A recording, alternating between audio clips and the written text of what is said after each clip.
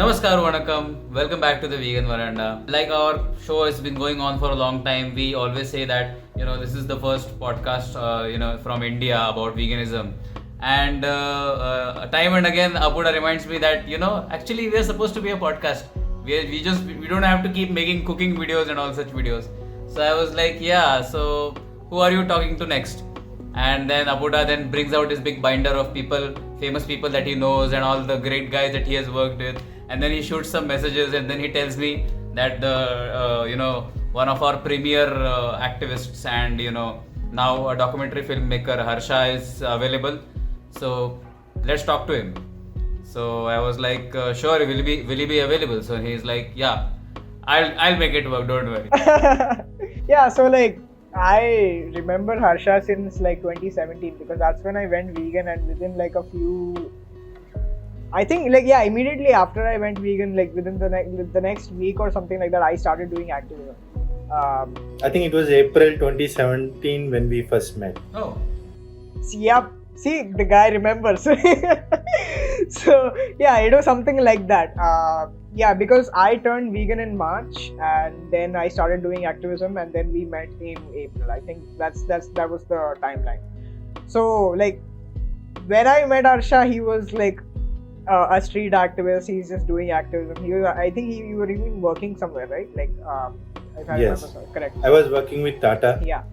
Yeah, he was even working at the time, wasn't like a full-time activist or anything like that. So that's how I remember Harsha, being someone who has started doing activism with me, not with me, but I have started doing activism with him. But then now, after all these years, there has been the significant progress in complete paradigm shift in Harsha's life, and Harsha is now not just an activist who has done activism in various parts of India. He has also produced a documentary which has gotten him several accolades, and I'll just list some of those right now. So we are talking about the doodh documentary, which has won the Jaipur International Film Festival in the best documentary, best director, best screenplay, best film which gives global message categories. In the Cannes World Film Festival. So if anyone is a movie buff, Cannes is a really important, quite prestigious film festival. So even there, best documentary, feature film, best director documentary, best Indian film, all these categories have been won. The Bangkok International Film Festival, again for the best documentary film, best eye-opening film. The Kailasa Kamdenu Ratna Award, we should talk about that later. Then the fifth one is the Open Window International Film Challenge, again the best documentary category, and then the Indian Cine Film Festival for the best director documentary category. So these are the awards that this documentary has obtained, and that when Harsha has got these awards, he means business. So, welcome Harsha. Welcome to the Vegan Veranda podcast. Thank you for inviting me. Most welcome. I remember you as one of the premier faces in online activism because I didn't get to see you in person that much. By the time I got into activism, it was I guess 2018 or something, because I went vegan in 2017 and 2018, and some of the guys in Mumbai Animal Liberation League got me started into activism. And by that time, I believe you were more into online activism, or maybe our just timings wasn't matching up and I haven't seen you much. But I met you once at that Ahimsa Fest when you were having your Truth is Vegan stall, and I got that badge from you. I still have that badge, but it's that pin got broken, so I just put a magnet on it and I kept it. I put it on my cupboard. Garibi rocks. So, Apuda, you can just tell us how you met him, and then we can begin. Yeah, so as I've already mentioned briefly, so I went vegan in March 2017, around that time, and immediately I started doing activism, and this is my first outreach ever. I have zero outreach experience, and I go to I don't know what to do. So I just get a call from Aravind. I don't know where the outreach is. I don't know what time it is. So I just get a call from him saying that outreach at this time in this place. Are you coming? And like at the time, Aravind was like very like he was in charge of the Mumbai activism scene, and he was very strict. Like he was very strict about the timing. He was very strict about the places, etc.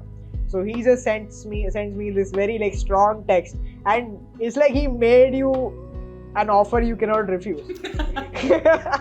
So I was like, okay, I'll come, but I don't know where it is. I don't know what time it is. I don't know anything.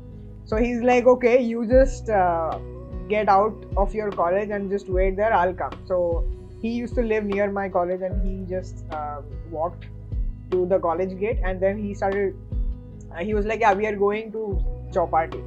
And at the time, like I didn't know how far it is. So him and another activist, Cecil, if you remember, we started walking towards Chowpatty, and I'm like, okay, aa jayega, and that place never comes. We are keeping on walking, and it never shows up. But like after a long time, we reached that place around 6 or 5:36, and that's when I met Harsha. So there were a lot of other activists. Like at the time, Mumbai was one of the most active cities. I haven't beaming with activists. Very much. Like to just give you the extent of how beaming it was like I can like give you an example. Like if you look at any normal outreach these days, regardless of where you're talking about, whether it is Bangalore, Mumbai, anywhere, on average you'll get like 5, 6 or maximum like 10 or 12 activists. Like I'm talking like really charitably. That's the amount of activists you'll get for a regular Saturday outreach or like a Sunday outreach. This was like on Saturday, and this outreach was like a normal outreach. It's not a Cube of Truth. It's not an Earthlink experience. It's nothing. It's a normal outreach, and we have 20 or 25 activists showing up and taking time out of their schedules and doing activism. Like I have never seen any city active to that extent for a regular outreach. I've seen many cities. Was it because like Aravind was so strict and adamant that everyone has to come? Maybe that is why. Maybe, but Aravind also had this other thing. Like I don't want to like we can talk about that, but like one thing that he did at the time was when nobody used to show up for activism, Aravind used to go alone, stand there and do activism, and he used to post pictures on the WhatsApp group. So all of us used to like look at that and feel really guilty. Like, dude, look at this guy. He's so dedicated. Like, what the fuck am I doing sitting at home, like not doing activism? Like that's the kind of guilt we used to face, and I think that was an important part. Like that was one of the main reasons why people used to turn up, and like we need leaders like that in the movement. But yeah, so that was the day when I met Harsha, and like on the first outreach itself, I was experiencing this sort of like two sides of the coin. I was like experiencing yin and yang of the vegan activism scene in Mumbai, because I'm looking at activists who are like extremely like aggressive, and then on the other hand there is Harsha, who is like very calm, very polite. Like he doesn't raise his voice. I've never seen Harsha raise his voice, and like he's just like talking about it. He's showing people footage, and then like he's asking them questions with like a really smiling face, and people cannot be rude to him because he just has that kind of vibe. So Harsha, I guess we can start with you kind of describing your activism thought process. Like when you do street activism, like what's going on in your head? Like what do you talk about? Yeah, how did you become the earthling head of activism in India? I would argue he's better, but yeah. I think no comparisons here. So I turned vegan like in the end of 2016, and I was just not aware that I was the only vegan. I mean, until then I was under the impression that I was the only one, like most of us. And then I came to know about the word vegan, and I started Googling, and I found out about a group called Vegans of India on Facebook. I joined it, and someone posted like we are doing some outreach in Mumbai, Thane region. At that time I was living in Navi Mumbai, which is closer. So I thought like, okay, why don't I go show up there? So that's when I went to the outreach. The first day of the outreach, I was so scared to talk to people. So all I did was stand and observe, because I'm an extreme introvert. So I was very scared to speak to people. I didn't even utter a single word. Except the last 15 minutes, I took courage from the existing activists and tried to talk to a couple of people. If I remember right, I only spoke to 2 people, and that was it. Like, I felt like I'm doing something for the animals, and I felt like I should do it more. So that's since then I started attending outreaches wherever they are happening. And Yeah. one thing about outreach is, outreach is for a lot of people, including myself, it's out of comfort zone. It's not something that we want to do or anything, but there is this guilt, like, I'm not doing this. Some animals, not some, all animals are suffering, and I need to do at least my bit of it. So every time there is an outreach, even after 6 months of doing activism, every time I stand like 50 to 100 meters away from the venue, because I get short panic attacks. Then I take deep breaths, I calm down myself, and sometimes once the outreach begins, then I go there. Because it's like talking to strangers is not my thing, but I have to do it. So that's how I started doing outreaches. I got into activism. I saw a really, inspiring post a long time ago. I believe it was some Facebook or Instagram or somewhere. It was about some vegan outreach happening in somewhere in the US. So the activist was holding a board that said, it's serious when the introverts are here, because it is that important that we have to go out and talk about it. So can we just start from your childhood? Do you have any recollection that like most of us, we had fond feelings for animals, and then somewhere along the way that we are taught that this is okay, forget about it. So can you just tell us a little bit about your childhood experiences? So speaking of my childhood, as far as I remember, like, our home is always have like cats or dogs, sometimes both, and we don't tie them. Like, my parents and my family members, they don't tie them at all. So they roam freely, they come and they leave. So I grew up my entire childhood with animals around, and my father, whenever he goes out, if he sees a sick dog, he stops and he feeds some biscuits and all. So from observing my father, I started feeding animals. So I would call myself as an animal lover, because I take care of cats and dogs. I love them, I pet them and all. So in a way, that has helped me to understand empathy towards other animals also. Though I was a non-vegetarian, hardcore non-vegetarian, I used to consume chicken, mutton, fish, all these. So that's how it began. But I used to avoid looking at the slaughterhouses, because I know I'm eating them. Somewhere deep inside, it felt like, okay, this is wrong, so I can't look at the slaughterhouse. So that's how the journey has begun. Yeah, also when I'm not sure if you have any recollection of your childhood where you have seen animals being abused. What kind of feelings did you think would that took over you at that point, even as a non-vegan? When people abuse these animals, I feel very traumatized. Especially as I grew older, the more traumatized I begin to feel. But I never made that connection to these farmed animals that we eat. So when you passed, I'm sure there are open slaughterhouses, kind of, you see animals, that are ripped apart and hung upside down, and you see there are live chickens being kept inside chicken coops in chicken stores, and you see them killing them live over there. If you go and purchase, they kill. So what do you think? What kind of experience did you have in that regard? So in that regard, I always, as I said, I avoid looking at the slaughter of these animals or even slaughterhouses.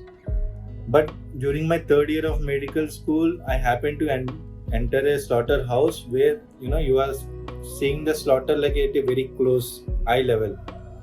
So that when the realization just happened, like these animals, I'm killing them, because I looked into their eyes for the first time. Before that, I never looked into their eyes. And then I went back to my hostel and I started just doing some research about these animals, and I came across videos like Earthlings, which I watched. I couldn't watch beyond 20 minutes, and then I watched how PETA treats chicken. Sorry, how KFC treats chicken, an expose by PETA. It's called Kentucky Fried Cruelty. Oh. And I saw these videos. I used to love eating chicken a lot, KFC especially. So as soon as I saw these two videos, I immediately decided I should not be part of this, and I became vegetarian overnight. So how was that? How is it that you taking a little bit of backtrack? How did you reach China and then you decided to study medicine in China, and then connected to that, like how you saw the entire landscape over there? Like I've never been there, but from the videos I've seen, it's like I've seen so many markets where they just so many different kinds of animals are killed, like more than let's say for example in India. So like how was that? Also, like we are talking about like Harsha, like, oh Harsha, come here Harsha, are you coming to activism Harsha? But like for all these years I just knew him as Harsha, but like only recently, like let's say that same like Ahimsa Fest that Gaurav mentioned, just before that, like I see the listings and I see him listed as Dr. Harsha. So until then I actually had no fucking idea. Even I had no idea that he's actually like a medically trained doctor. So yeah, like just tell us about that, because that information doesn't exist anywhere. So you want me to answer like how I landed in China? Yeah. Oh, I mean, it has a little bit to do with casteism. So I was studying plus one, what do you say here? Plus 11 and 12, right? Okay, 11 and 12. Then like some areas they say 1 and 2, plus 1, plus 2. So I was studying my plus 2, and one day it just happened that my one teacher coming to each student and asking what is your caste, and I have no clue about what is caste and all, because whenever I asked my father, he said like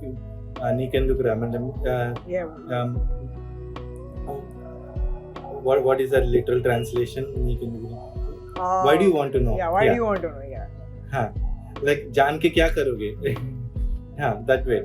So I never dived much into it, but on this particular day when teacher coming to each student and asking their caste, I told like I'm from Vaishyas, the business class, and he was like and he did like that, and then he moved to the next student, and I didn't realize like what.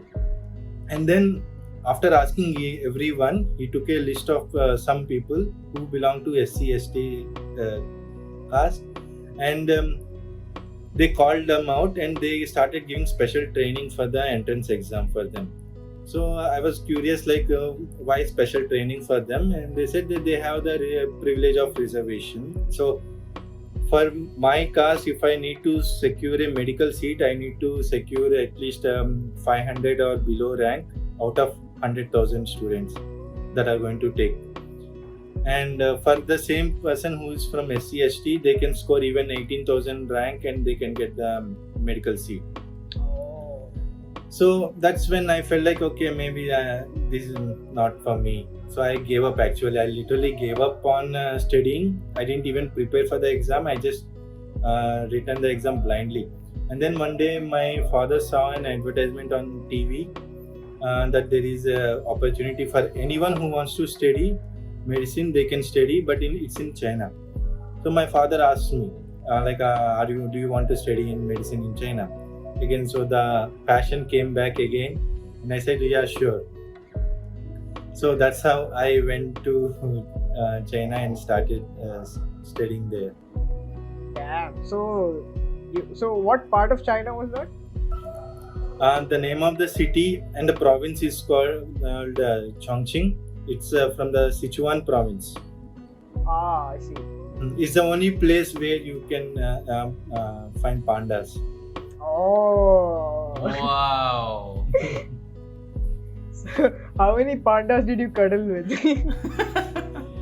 Unfortunately, at that time they were endangered species, so humans are not allowed to cuddle with them. I don't know what is the present status.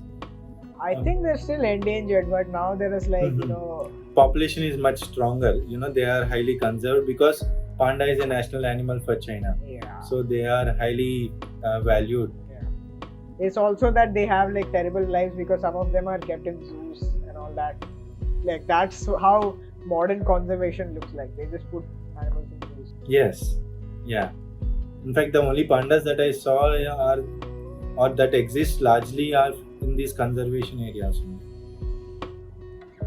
So was it because of the all of the abundance of meats in China? Was that what made you think about giving up meat or something like that? No, it's not abundance of meat. I used to eat a lot more in China because it's very much easily available, and I used to consume beef also because it's there, and you cannot avoid as a non-vegetarian. Beef and pork are so much mixed with the common food, it's very difficult to avoid it. It happened one day I accidentally eat something which I thought it was chicken, but it tasted a little different. But after eating, someone told me it's beef. I was shocked, and I felt a little disturbed in the beginning because it's a taboo here. But later on, I got used to it, and I ate few times more. So that's how common it was. So slaughterhouses are also, surprisingly, the slaughterhouses in China are kept in much more cleaner than in India, mainly because of the local regulations are very strict about maintenance of slaughterhouse. So, and also most of the slaughterhouse exists on the side to next to a vegetable vendor or fruits vendor. So this accident happened when I went to buy some rice and vegetables in one of these markets, and right next to it is the slaughterhouse, and I saw the animal killing right in front of me. So that's when that realization happened. So even the medical profession itself, if you watch any kind of representation in the media, you take the best example Munna by MBBS, the dean just walks in and he says you have to toughen yourself, you cannot just be friends with patients, and if you do that you'll be emotionally vulnerable, you have to grow thick skin. So the entire medical profession is sort of that, you have to grow a thick skin like that. True. So what do you think, do you think that also sort of desensitized you to? It definitely desensitized me to a great extent because right from my second year onwards we started killing frogs, toads, mice, rabbits, and what else? I can recall these for now. And so the first class is always little traumatic, and I still remember to this day students looking at each other and feeling very uncomfortable and disgusting. But as soon as one student gets up and picks the animal and slaughters, because it is made mandatory for every student to do it, others slowly pick up. I am one of the last students to pick the animal and kill. So that's how it was, and we got so much used to it. We got desensitized. Again, it happened in our fourth year, where we have to do experiments on dogs. Oh. And these are pet dogs, not just raised for animal testing or anything like that. In China, in the city, especially where I live, some people abandon dogs, or some dogs are lost. So when people abandon dogs, they have no place but to roam on the streets, and they have a rule that no animal should be on the streets. So they pick up these dogs, even their pet dogs, and they either kill them or they sell to for lab testing, or for in medical schools for us to do experiments. So we have experimented on these dogs, and these are very high breed dogs.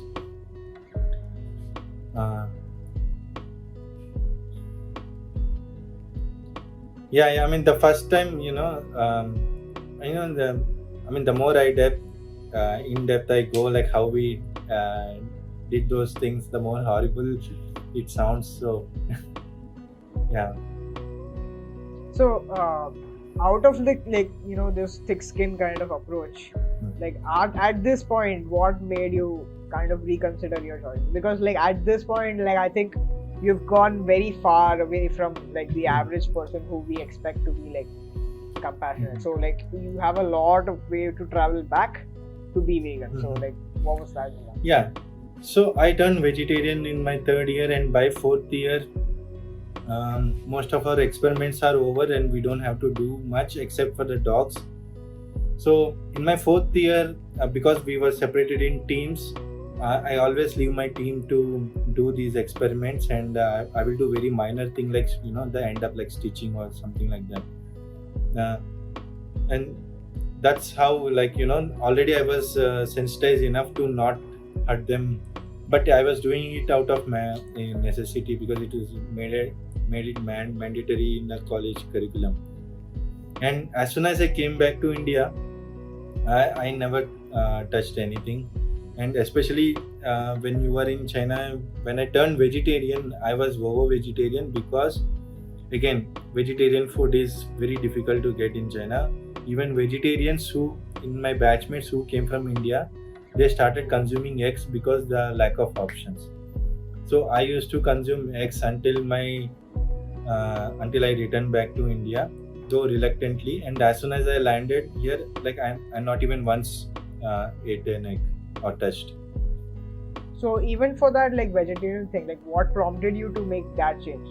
Yeah, can you just tell her if there was some eureka moment, or was it as a consequence of watching a few videos online, or Yeah, it's after watching this Earthlings movie about 20 minutes, and then this Peta's video of Kentucky Fried Cruelty. I think you'll still find it now. It's a very old video, and it's like after watching these two videos, it was an overnight decision to become vegetarian.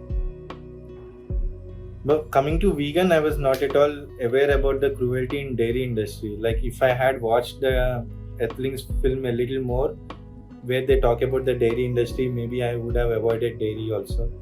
But I didn't watch at that time, and so I was not at all aware. But after coming back to India, I cleared my license exam, and once I cleared the license exam, I felt like I should take a break of 1 year for myself because I haven't taken any break or done anything. And during that 1 year period, I started reading books because I love reading books during that time. And I started reading Gandhi and Swami Vivekananda, Tolstoy, and a few other authors.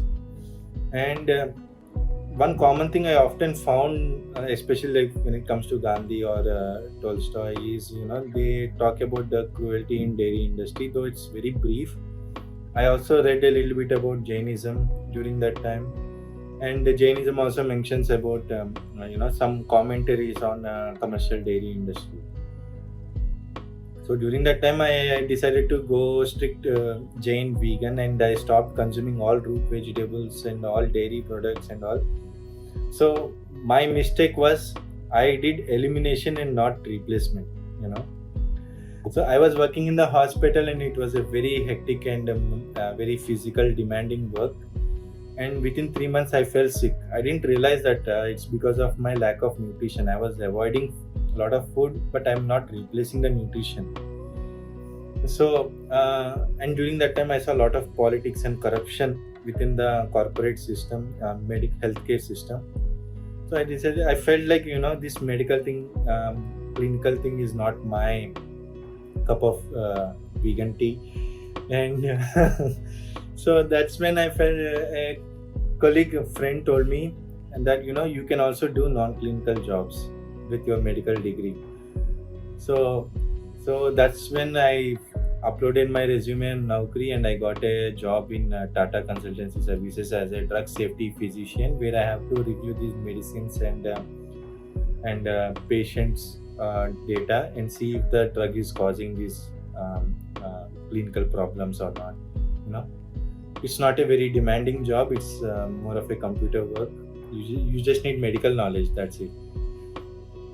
So I did this, and I also started doing medical writing, and this lasted for 4 years. During this time, I used to visit. Um, I am a devotee of Krishna, so I used to visit regularly. For 1 year, I think almost every weekend I used to go there. I think this was 2015, I think, or until mid 2016. During that time, I used to visit regularly. And of course, they always tell us that they don't use any commercial dairy and all these things. Yeah.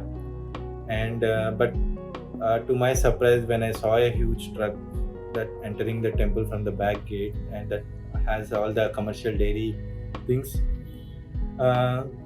when I inquired, a lot of people, not a lot of people, like a couple of monks, they said that we visit these dairy farms and we do inspections and we take milk only from these dairy farms. At that time, I have no idea about how the commercial dairy industry operates. So they gave me this impression that, like, let's say, for example, this particular brand X takes milk from that dairy farm. They convert, and they pasteurize it, and they pack it and sell it. They don't sell it to anyone else. So I was doing like this kind of a local system they have arranged, but I was not convinced. And then some people, some monks are telling like, "तुम कुछ भी मत करो, just Hare Krishna mantra पढ़ो, Bhagavad Gita पढ़ो, and all that. तुम खुद पे focus करो, वो अपने आप ठीक हो जाएगा, वो कृष्णा देखेगा." These kind of things. I was not convinced, because I'm at the same time very practical and reasonable person. So, initially it was like a mockery. It went as an argument, and slowly argument evolved into mockery. They started making fun of me and all, because I was avoiding all the dairy within ISKCON also. So that when I felt like, okay, if I'm getting mocked for entering ISKCON, I better not visit at all. So I stopped visiting there. And that's when I realized that, commercial dairy is also just as cruel as, Gaushala milk is also as cruel as commercial dairy, Ahimsa milk, Yeah, like this gives me a lot of memories because if you remember, we had a very prolific activist who was vegan at some point, and then he went to, and then like I don't know what happened to him, but like and then he said that he is not vegan anymore. Yeah, because they convinced him. I don't know how, but I know him. Yeah. But I feel surprised to not. First of all, I like that Harsha is still he considers himself religious. He believes in religious teachings and all. I like that because a lot of like vegan sphere has become too atheist, and I don't say that as a bad thing, but it's like it's nice to have different people from having different belief systems, and then still they are choosing to go vegan, and then that's really nice. But then I really feel sad that how these temple authorities, in your case and maybe in many other people's cases, they are just disregarding like if you are choosing not to have dairy, then why should you be mocked for it? Like at least you should be it should be at least neutral. That why to make fun of someone? Like you don't like it, then at least don't make fun of it. Because I was looking at dairy the same way they look at meat. So they don't feel comfortable with me around. So that is one thing. And coming to me, like why I'm still religious now. My main reason is I don't connect actions of people with the religion. I only see that they use religion as an excuse to do those bad things. That's true. So when I felt like I can be religious and be vegan at the same time. Everyone can. So I think that's one fundamental differentiation that made me to be religious even today. But like it's also very un-monk like, because monks have this kind of like, oh, we are all about peace and all of that, and then like here they're like telling you, they're mocking you, they're getting angry about you. And like I'm sure you have noticed, because you were one of the people to point out that whenever you try to confront like an follower, not just, well, you could say it's generally the case for any kind of religious person, but I have noticed this trend, especially among followers, that whenever you try to talk to them about veganism, you try to like bridge the gap between them. They will just and there are activists who take the route of using the scriptures to persuade people. Yeah, I think the root problem here is people have become bookish. Books became the idol, like it's a form of idolatry, so instead of, Sanatan Dharma always, in a way, it's an evolving Dharma. Like you evolve as per the surroundings and the nature around you. Dharma is always evolving in that nature. But for many of these people, it's like irrespective of the environment and where I'm living in, because the book says this or my guru says this 50 years ago, I will practice even today. So I think that's became their core identity, rather than trying to understand and evolve with the nature. They are stick to the old time. Yeah, like if you talk to any about this, they will say, oh, it is there in the Gita, you just go and read it. And then like they will never give you a citation, they will never give you like anything. No, but even it's not even that, no, because from what I understand, even the ancient scriptures and all the ancient stories that I've heard, it was always about questioning and debating, and then exactly. Even your guru was not supposed to be a supreme god. He was supposed to engage in dialogue with you, and by engaging in these discussions, agreeing, disagreeing, and then you come to some conclusion. So that I believe is the core essence of the scriptures, if I'm not wrong. Yes, it's always question, like even if you take Bhagavad Gita itself, the Arjuna himself is asking 100 questions to Krishna. Like, what about this? What about that? You are telling this, I'm conflicted. Which way to go? It's all about questioning everything. I think that questioning was lost, especially when it comes to the dietary part. The questioning has completely disappeared.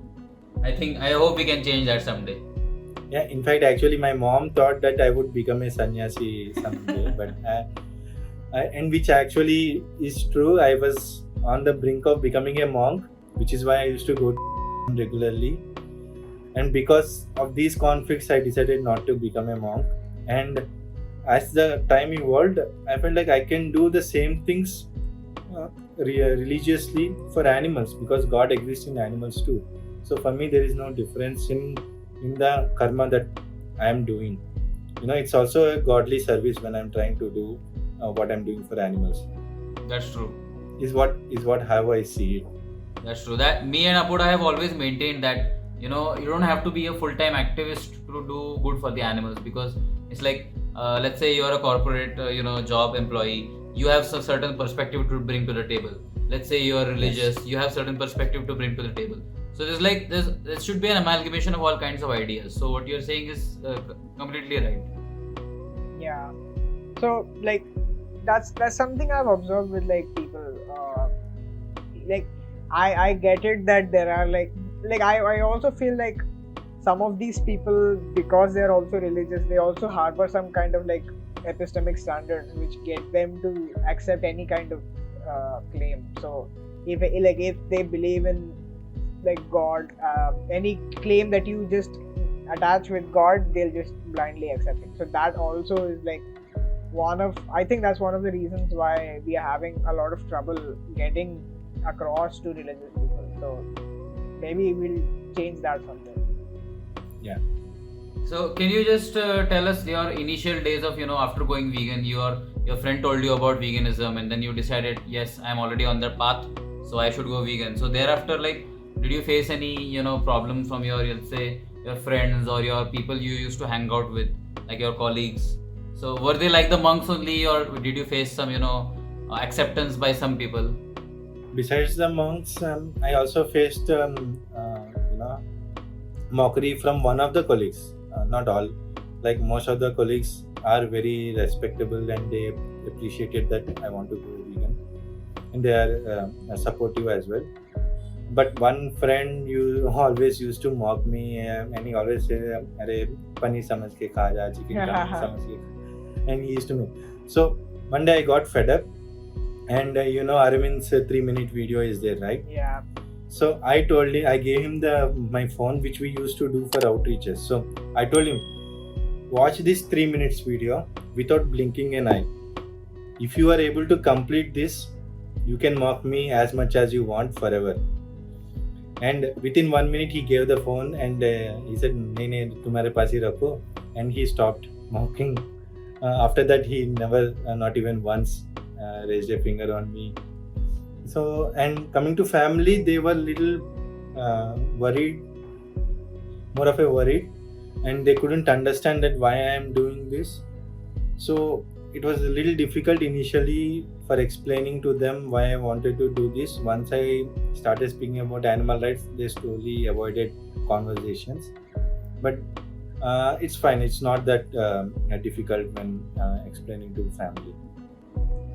Wow. Like my experience about it is like completely diametrically opposite. Like I mentioned, I know you. I know more of your online work. So can you just tell us about the few projects that you have worked on? Like after starting outreaches, you decided to try some. You started to make some videos. So what were your initial videos like? So what was the idea behind making videos? It was completely by accident. It was not 2017 where Aravind has made one video. I think it was Brinda making a speech. It was a poem. It was a very nicely made video. But the audio was not clear. I felt like, okay, if subtitles are there, it will be very nice. So I asked, I think, Aravind to add subtitles or something. I don't remember the exact conversation, but he couldn't do it. So I thought, okay, I will do it before it goes online on Mall page. So I just sat. I don't know anything about video editing or anything. I just googled.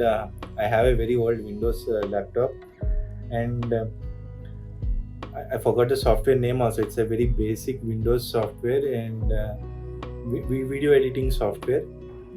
I've followed the Pinnacle. rules. No, not Pinnacle. I think it's Essential or something. Windows. Window Movie Maker. Movie Maker. Yeah. So Windows Movie Maker. So I saw YouTube and I started adding subtitles and I released. And because of the subtitles, I felt like it got more views. Without subtitles, let's say if the video might have gotten like maybe 1/3 of the views. I don't know. There's no concrete evidence to prove it. It's just my inner feeling. And then I felt like maybe videos you can do more, because during outreach I talk to maximum 20 to 40 people on a given day, and it's exhausting. By the end of the day, it's exhausting. You need to travel for 2 hours up and 2 hours down, and it's very much time consuming. Somewhere it felt like if I make a video, I don't have to say it, repeat it. I just need to share the video and I can move on and focus on something else. So that's where the idea of making videos came in, and that's when I started making short videos. And everything is self-taught. Like I learned everything from YouTube, like how to record video, how to hold the camera, how to import the video, how to edit, and that's how one thing led to another. Some of these videos became viral, and that gave me even more motivation to do it. So that's how I got into videos. So back in the day, like I used to also do a bit of even now I do a little bit of video editing here and there. And what I am usually used, like back in the day when I started editing, the big players in the game were like Sony Vegas Pro, something like that. Vegas. Okay. Sony Vegas Pro. That was like the. Okay, yeah, the software. Okay. Yeah, so Sony Vegas. That was like the top software, and then there was Premiere Pro, there was Final Cut Pro, but I couldn't afford Premiere Pro I couldn't afford Final Cut Pro, because I think that's only on Mac. or something. Yeah, on Mac. So of course I don't have a Mac, and I couldn't also do like Sony Vegas, because I think even that was paid or something like that. So from somewhere I got this pirated copy of Premiere Pro 2016 or 2019, 2016, because this was back in the day. So 2016 I got a copy, and I used to do editing on that, and it was like a chunky Pentium laptop, which is like nothing. You cannot run Mario on it. Like it'll just lag if you play Dave on it. Like that's the kind of computer I started like editing on, and yeah, like it's a journey. Yeah, even I was desperately looking for a free video editing software. I remember that even today. I searched for nearly maybe 2 weeks trying to find the free version of a software that I can use. Then I came across a software called Hit Films, and they will give certain pro features only for $10. So $10 is not big. I felt compared to $300 for Final Cut or any other premium softwares. So I just got that software and I started editing, learning that software. It is a very difficult and slow process to work. Yeah, it's very complicated. And now things are much more easier and smoother. People can learn video editing maybe in just a couple of days. What did you use now, like for the documentary? Now I am using Final Cut Pro and DaVinci Resolve. Oh These are yeah. two softwares I use. The Because two I of was the gonna best. mention. Yeah. So it's a mix, like I mean, each one has pros and cons. So depending on the requirement, I pick the software. I understand that thing that you said about the videos, because we did one podcast with Aravind as well, and in that he said the same thing, that he was doing outreach in the mall, and then when he was trying to talk to people were engaged in their phones. So he was like, you don't want to listen to me, you want to look at your phone, then I will appear in your phone. and then I will talk to you about veganism. So that also podcast will link somewhere up there. But that is what he said. And I believe since Harsha was with him, the thoughts somewhere, they, come together from everywhere. So one way or other way, it's always purpose-driven action.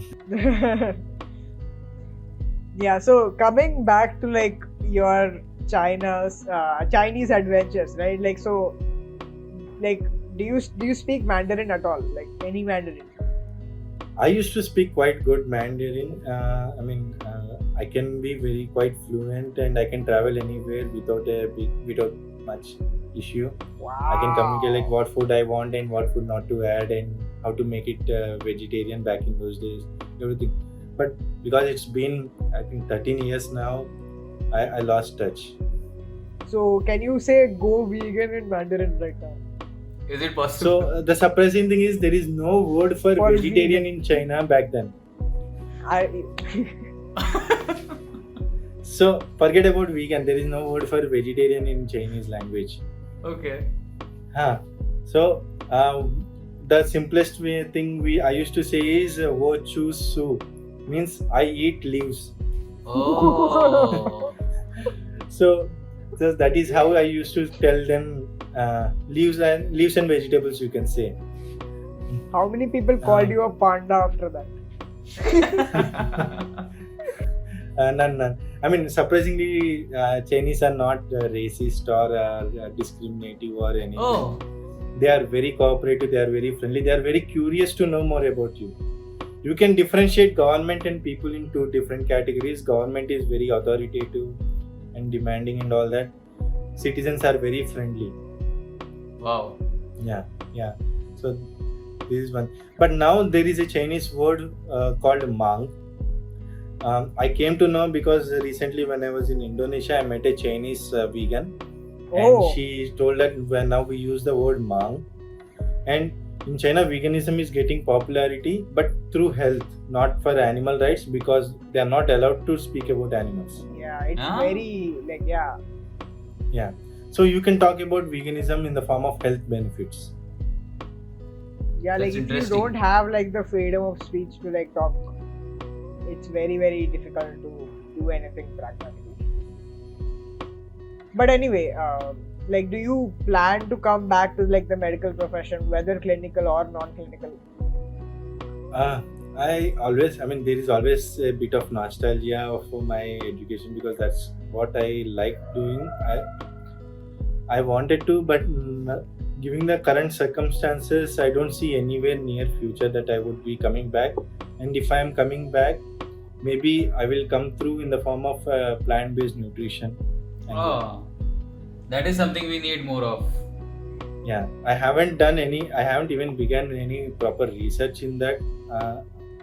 I'm thinking one day I will start. There's so much work to do in animal rights itself. Yeah, like even within the community, we have so many dietitians and nutritionists who are vegan, but like I don't see anyone who has a high standard of rigorousness when it comes to like data. Like you will see them talk like I see a lot of these people just making random claims, and when you push them, they actually don't have any evidence. So it's very like important. Like these people are not trained in the domain of medicine. Yeah. So it's like I think that there's like a high. It's high time that actually like people who are actually trained in medicine and like they know basics of biology. These people should actually start being like nutritionists or Maybe even some kind of things like the medical writing that you used to do before. So Yeah. maybe more of such blogs and all that could be beneficial. Like even if we don't do it full time, that could be maybe a video series or maybe something like that. So quick.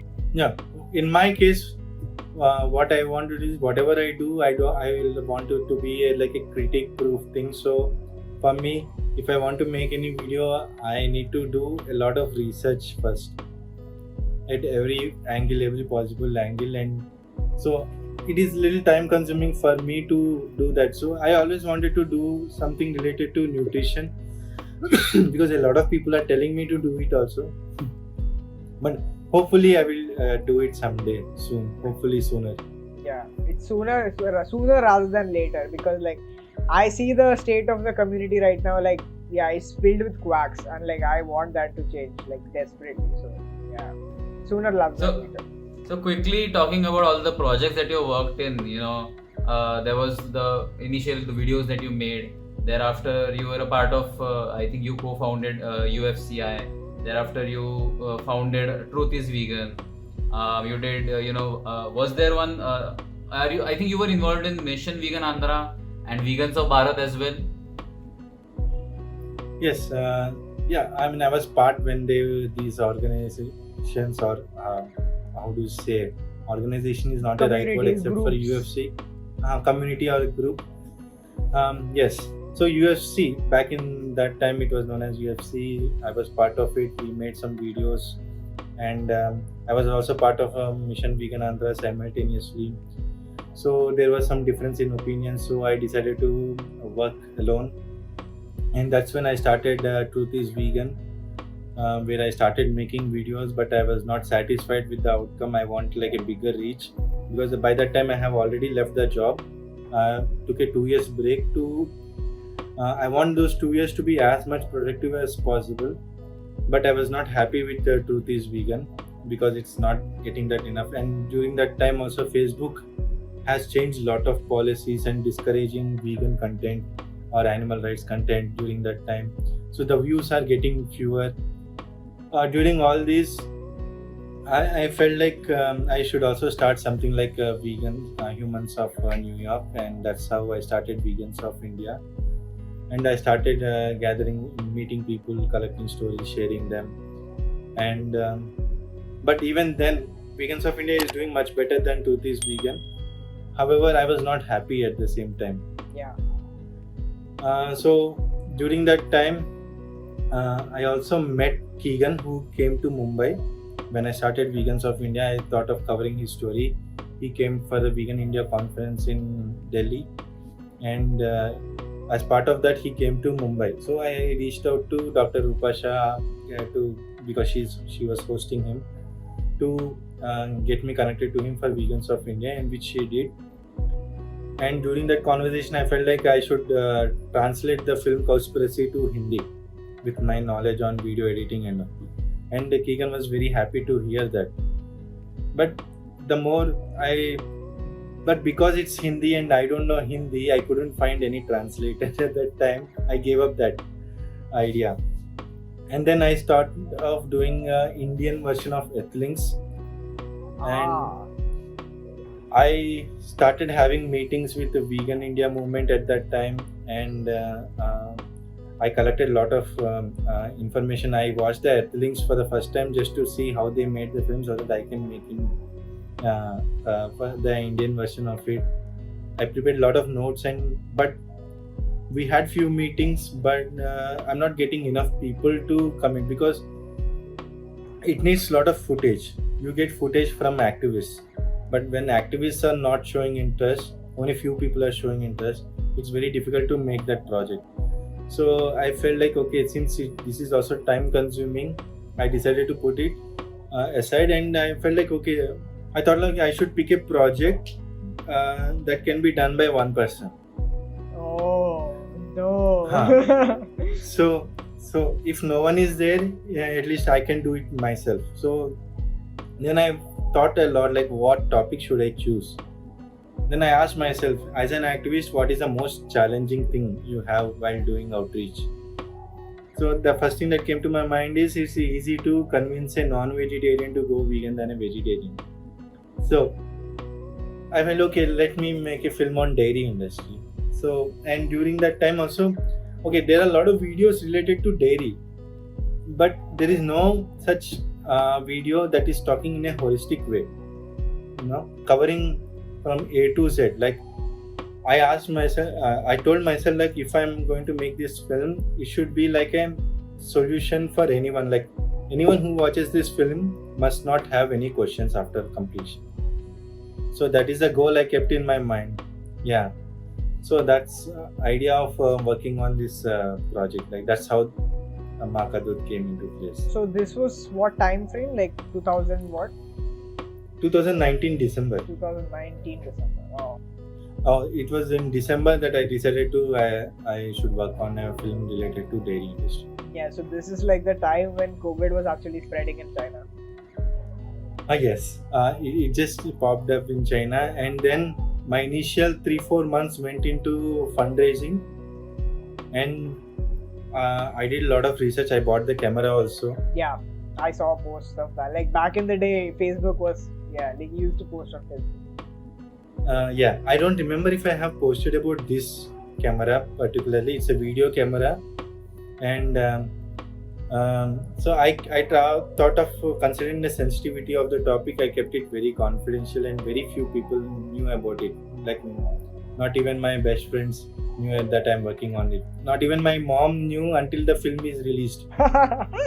So she just knew that I'm working on some film. That's it.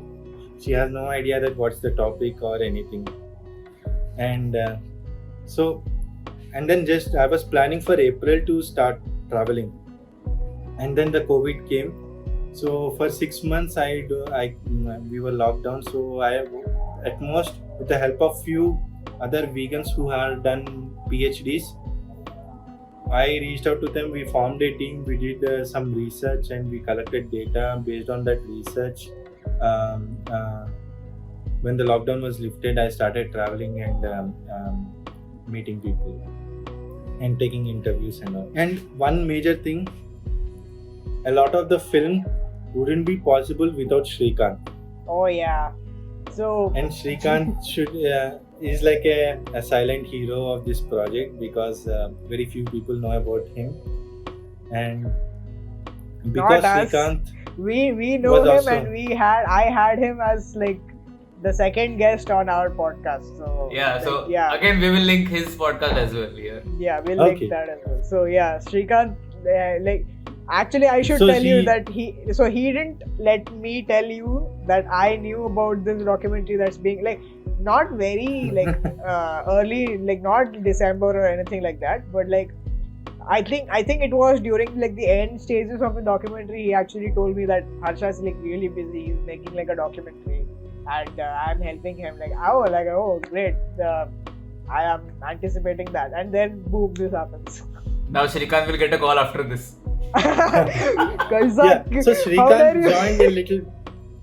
Shrikant, I think, joined around during the lockdown time. So because he's an assistant professor, and during that time, because of the COVID, it's all teaching from home, and he has a lot of free time. He said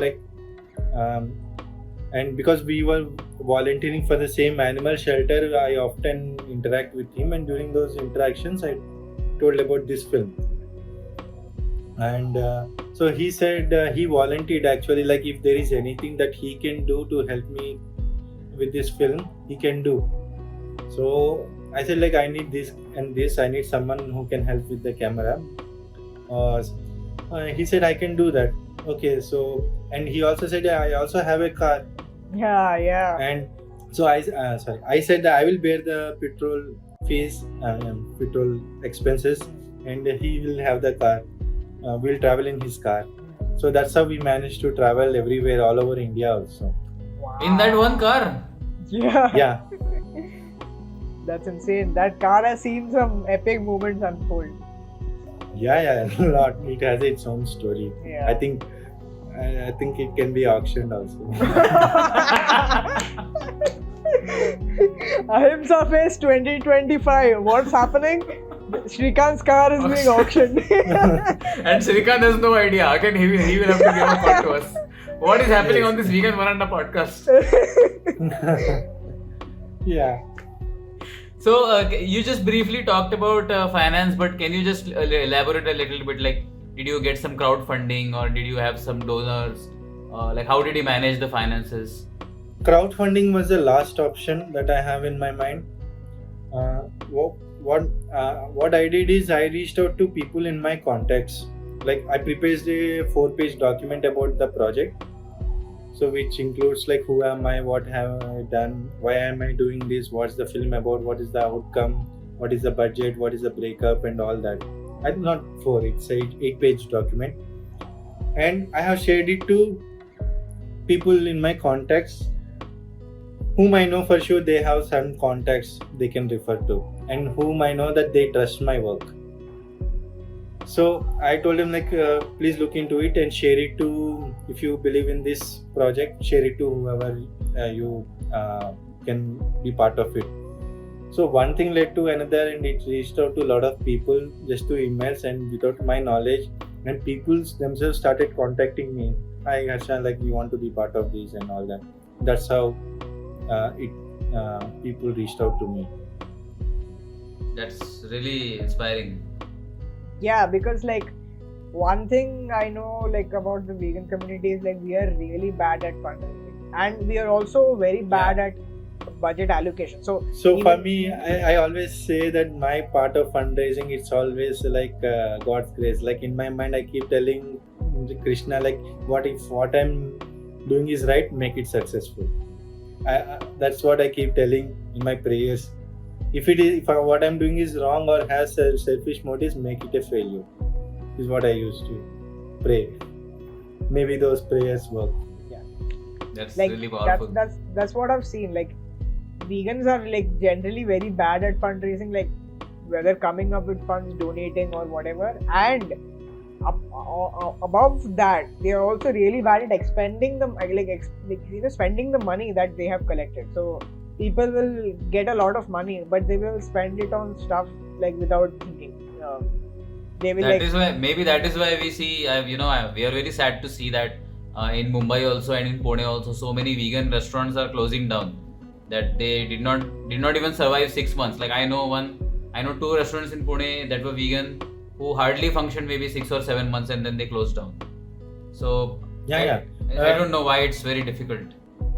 I mean, that's entirely a different story. It's not just a vegan restaurant, even like a vegetarian or non-vegetarian restaurant. It's a very tough business, is what I came to know.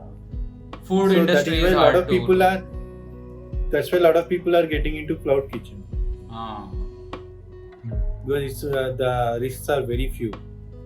Yeah, now only established more restaurants are successful right now. Even now also, the restaurants that are there for 10 years, 20 years, they are the ones that are still running. Yeah. But like if these days people are like more inclined towards ordering food and eating at home, it's more convenient. And like I think there you're also cutting some expenses, because like now the food isn't taxed with tax for the ambience. Like when you're going to a restaurant, you're also paying for like the ambience, you're paying for the AC, you're paying for everything else, like the service or all that stuff. But when you're doing a cloud kitchen, you're like all you're paying The for overhead is- charges are lesser. yeah. So people can also make more margin off of their profits, and they can also even the customers are not paying that hefty of a price, because now the cloud kitchen doesn't have these other things that they have to take cover. So I guess that's what is making it. But yeah, like we talked about like people who helped and people like the funding that went behind the documentary, like, but we didn't talk about like what do you think was like the greatest challenge with respect to like shooting the entire Shooting the documentary.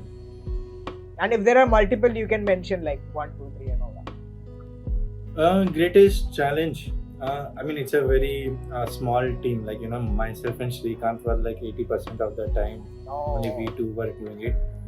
Srikanth was helping with the shooting and all.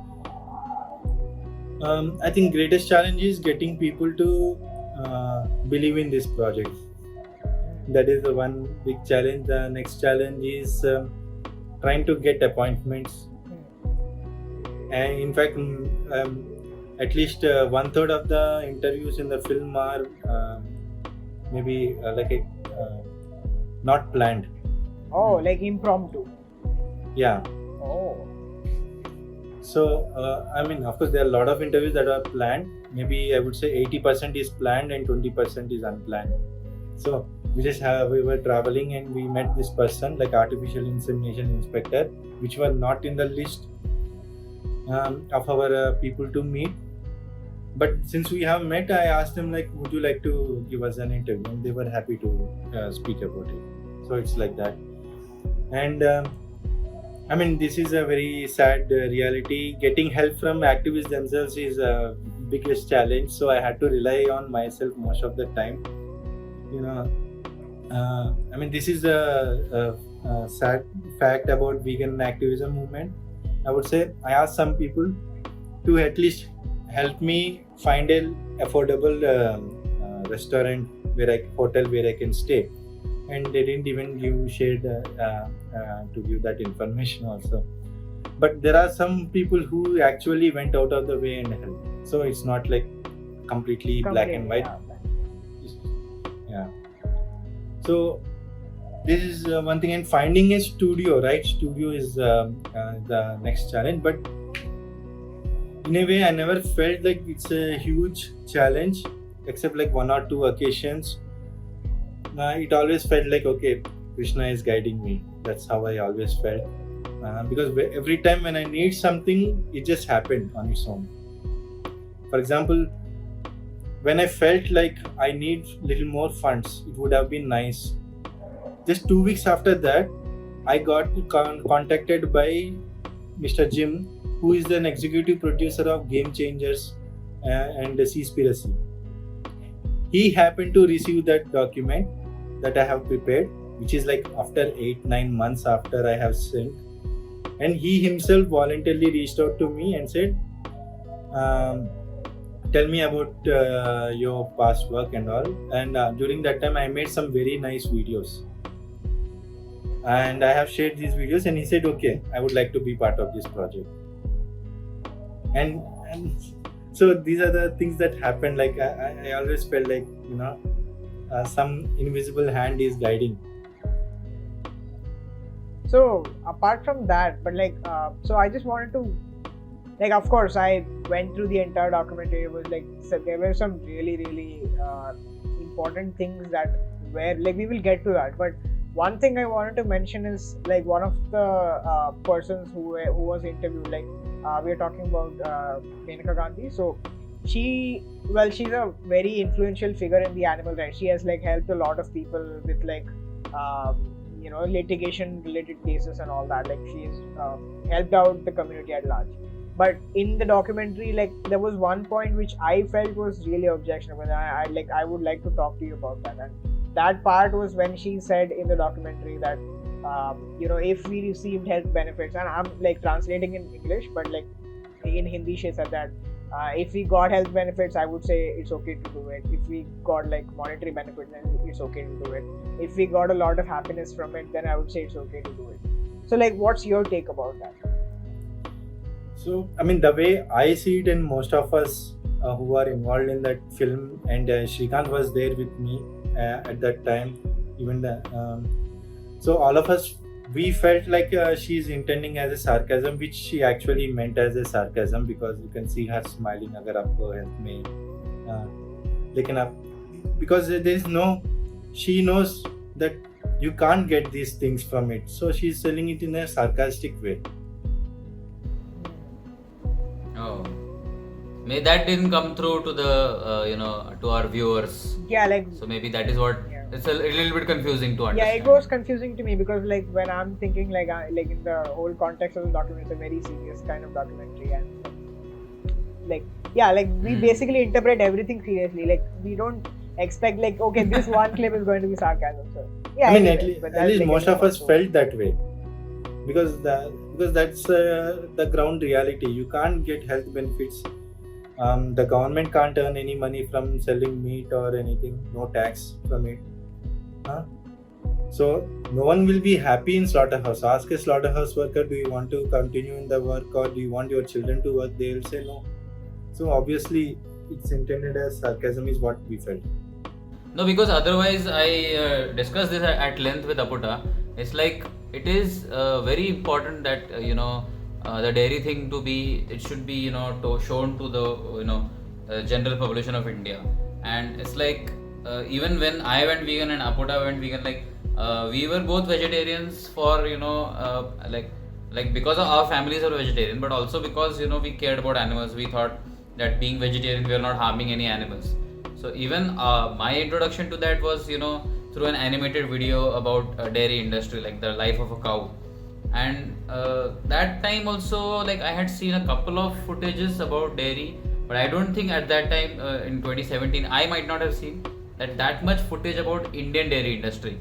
Like I knew about what happens in the Western world, but India, I thought it doesn't happen. Like we treat our cows very nicely and all, but it was very important that you made this documentary and then you brought out these things. So one thing I made sure that whatever footage that we are using in the film, it is shot in India, and if it is outside India, we will not use it. So that is one concrete rule that I have kept. Because a lot of people say that ये तो बाहर का scene है, India में नहीं है. Yeah, this is not, it's a Western footage. Yeah.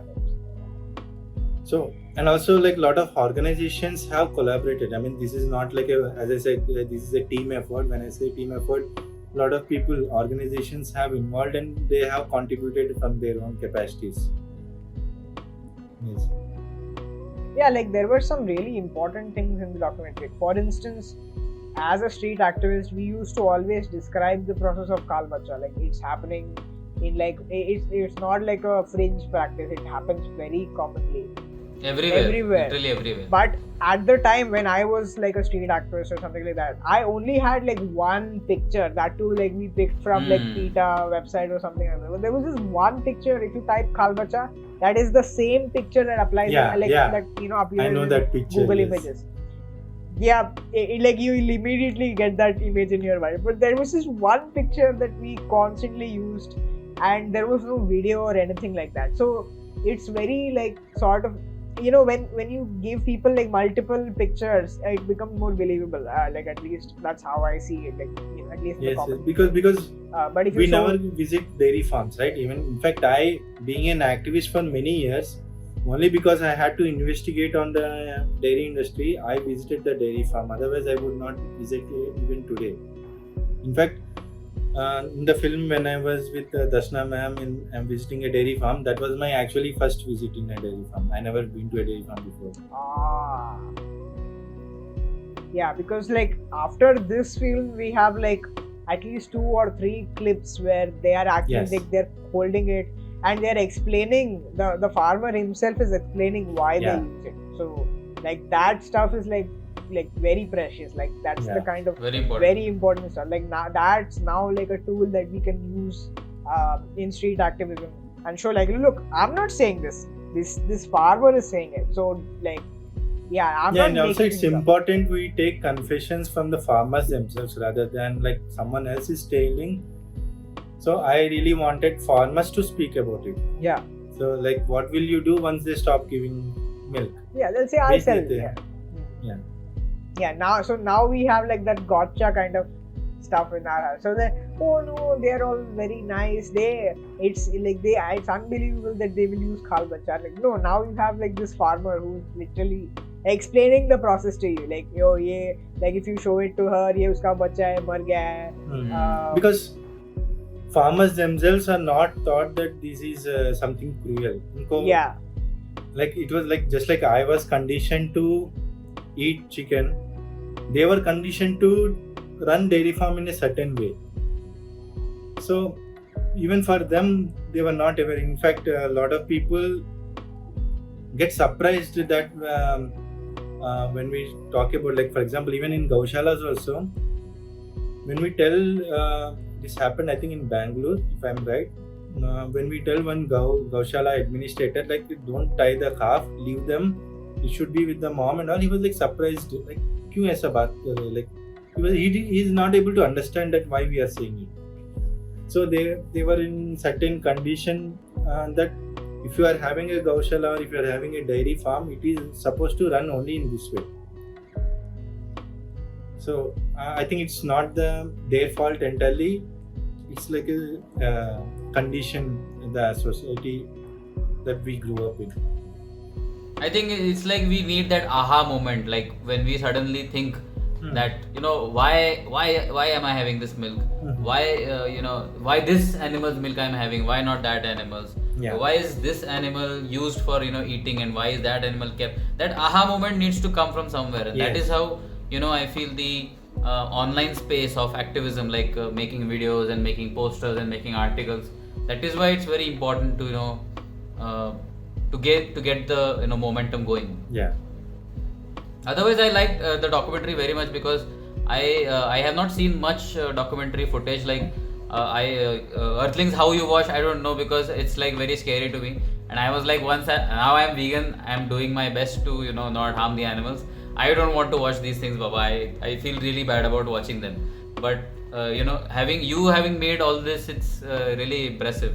And I also wanted to ask, like, how you initially you mentioned that you used to be very scared about going to outside and talking to animals, but then you got your confidence up talking a little to bit. people, bro. Huh? Not vegan, not animal. You said animals. Sorry, not animals. Like to people, when you're going out and talking to people. Talking to animals is easy. We do it all the time. Yeah. But then because of veganism and because of activism, you gain that confidence. But like when you shot this documentary, it must have been like very difficult, going everywhere and talking to everyone. And did you not face any like problem, like people threatening you, or like did anything of that happen? How you got through it all? So yeah, when I'm traveling, first and foremost, safety is very important. Safety of myself and Shrikant is the most important thing. So wherever we went, we always took consent from the people before we filmed. It's not like we shot with hidden cameras, except like the slaughterhouse. Few footages. Yeah, the slaughterhouse workers who refused to give interview. When they refused, I felt like their actions should be captured in some way or other way. Then we also censored their faces so no one can identify who they are. Nonetheless, like almost always, like there is a basic rule that you have to inform them, take their permission to film.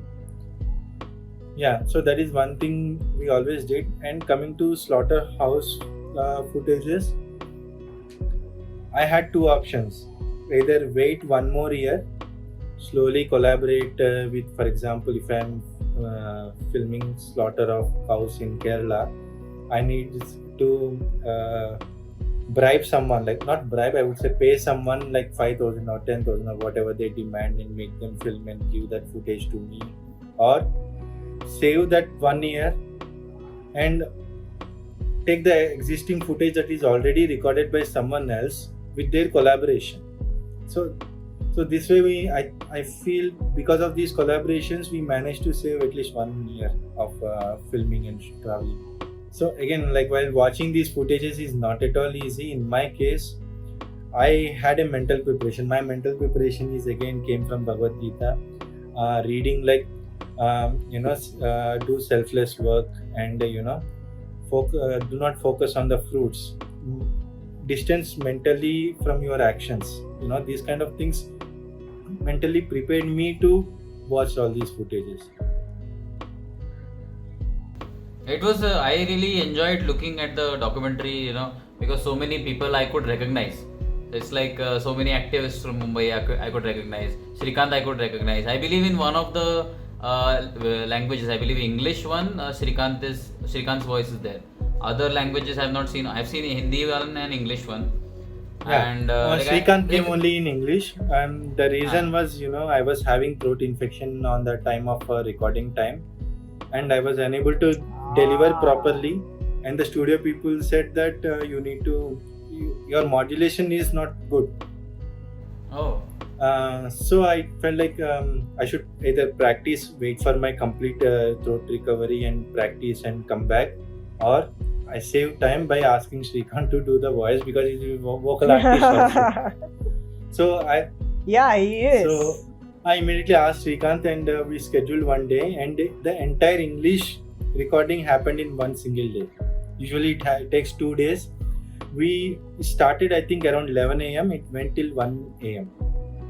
Wow. So wow. Shout out It's to like the 14 studio hours. also because they are very cooperative.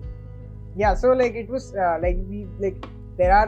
were so many people in the videos that I have personally met, like Vardharangan sir, Abhay Rangan, all of these people, like they have found place in documentary. So we have like represented sort of all angles Yes. of the dairy industry, and we have also, like, even though not very explicitly, we have also talked about how like there are like legal challenges that are purposely placed in front of vegans as a movement to by dairy companies to prevent our growth, but still we have to cross those hurdles and Yeah. keep going. So, overall, I really appreciate the effort that you have put in, and like Shrikant has put in, and everyone else who has collaborated into it. I'm sure that in the future, if you make more documentaries, whatever videos you'll make, I believe they'll be even better now, going forward. Thank you. So, Yeah. what do you? The goal is learn from this and put it in the next project and start from there. Yeah, so it's interesting. Like, what is it in this project that you think that you did suboptimally, which you can improve upon in the next project? Everything was like I started learning from scratch. I started learning how to write screenplay. I started studying about animation, how animation works, and all. Oh, wow. Because I need to guide the animators. Because in a way, I am the animation supervisor also in the film. Yeah. Every inch, every frame, and every pixel you need to be specific. If you are not specific, it will be very different outcome. Like you need to have that mental picture in your head, and then you have to convey that to how the you convey it is also very important, because animators are at the end of the day they are employees, right? For them, they just do what they were told. I learned how film process works from beginning to end, because before that I have no idea about this, how to make a film, how to communicate with the studio, or not the studio specifically, about the artists who are involved in this film. So in a way I learned a lot of things while making this film at a professional level, how to do it professionally. That's what in a way to.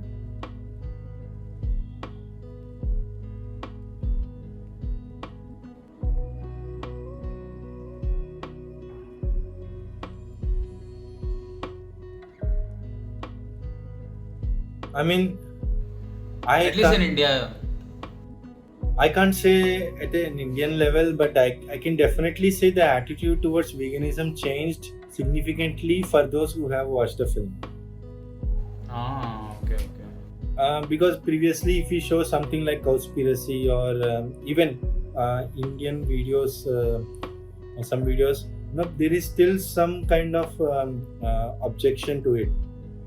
But because this film has various angles that were covered, not just from ethics, it also included health, environment, social, politics, all these things covered. People understand in a holistic way, then that's when the attitude has changed. And in fact, like, we were very apprehensive when we were releasing the film, that the first screening that happened in Mumbai, I was like, some people may come and beat me like we see in those viral videos. But still, instead of that, people started clapping, and I was like, it's like a complete shock. Yeah, dream come true types. Or like, it's a dream when you have imagined that is possible, but it's not a dream when like it's completely unexpected. Yeah, I mean, I didn't even imagine this in a dream, so. Yeah. Yeah, but the reception was overwhelmingly positive. So that is something that's like we didn't expect even remotely also. You were always expecting some kind of backlash, some kind of violence or threat or anything.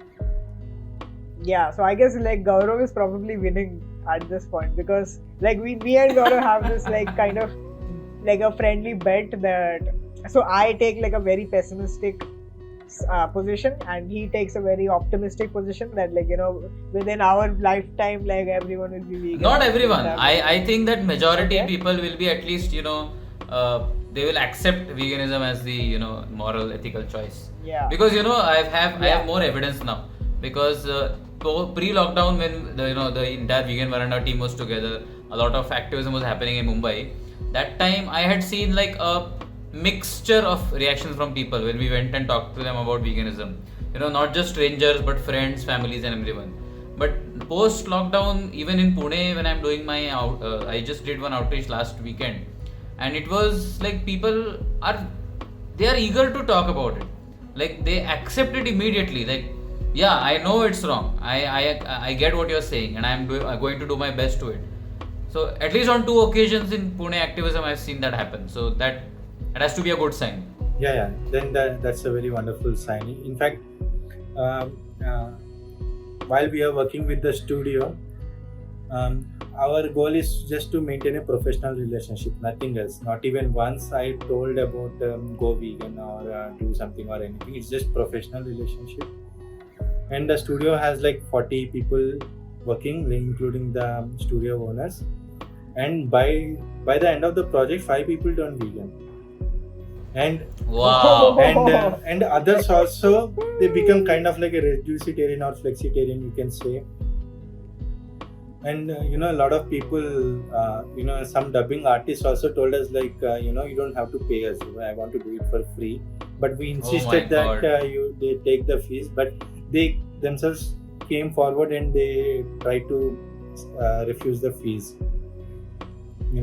So a lot of change happened. The studio itself, like, they are hardcore. The studio owners are hardcore vegans now, in a way. Amazing, man, amazing.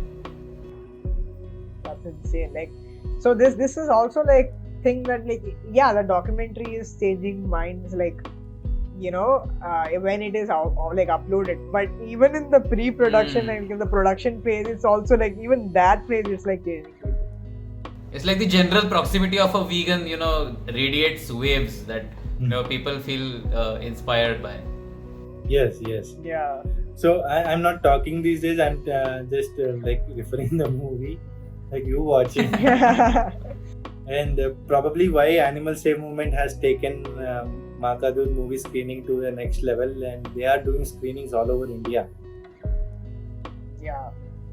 Yeah, we even saw some video that in some rural areas also it is being shown. That's very good. That's very good. Yeah, everywhere we screened. Even in Odisha, we were screened in a very rural area, and a lot of people showed up, and they are also very appreciative about it. So everyone is appreciating, even from the rural backgrounds, which is very, very surprising. Like finally, I would like to ask you, like, is there anything that we talked about today, like anything else that you would like to convey to our audience, like I think most of our audience is vegan only, but there are like at least like maybe 40-50% non-vegans, or like anything else that you would like to tell us today. In what way? Like from animal rights point or from? Yeah, animal rights, veganism, whatever. So I mean, the only thing I would say is like come together. Like we need to work together. Animals are dying every moment, and we need to keep them our first priority. And at least if you call yourself as an activist, you have to take animals into the first priority, and do everything in your capacity and in your talents and in your social circles to speak for animals. And one more thing I wanted to give to any activist, anyone who is doing for animals, is just don't give up, keep doing. And whenever you feel stressed, make sure you take those mental breaks and come back re-energized, stronger, and continue to that, because that is what I did with Maka doodh. Whenever I get very stressed, I take like 2-3 days break or something like that, and then I come back again. So, and you can also reach out to me, and if you have any projects in mind, like documentary films, vegan related, let's see if we can collaborate and work together. Amazing. We'll just put all of Harsha's links in the description and the pinned comment. His social media handle is there. His Maka doodh, I think it has a separate handle as well. All his projects are there. Yeah. No, I think there's too many to put, but I think we can just put his main accounts and his Maka doodh website is there, and YouTube video obviously that everyone should definitely watch. So it was really great. Like it was a refreshing kind of chat. Likewise. Up after all of these years. I hope some of that positivity so rubs off on Aputa as well. But no, I mean, this is one bet I'm enjoying when I'm losing. Like I generally don't lose, but this is one bet I purposely chose the losing side so that I actually feel the drift of losing and I enjoy it at the same time. So anyway, I'm surprised that Maneka Gandhi, when I met her a few months ago, Maneka Gandhi ma'am told me that I need to submit for the Oscars also for the best documentary picture. She was recommending, but unfortunately it's much more complicated and we are very close to deadline. We couldn't do that, but coming from her, who is a no-nonsense person, is like it shows that it's a genuine work. Yeah. Absolutely. Yeah. And thanks to Maneka ma'am, I think a significant impact has been made in the film because of her presence, and of course Acharya Prashant and everyone involved in the film. So so thanks for joining us, Harsha. Like it was really nice catching up all over again, and like we'll probably keep talking for like hours if we are allowed to talk.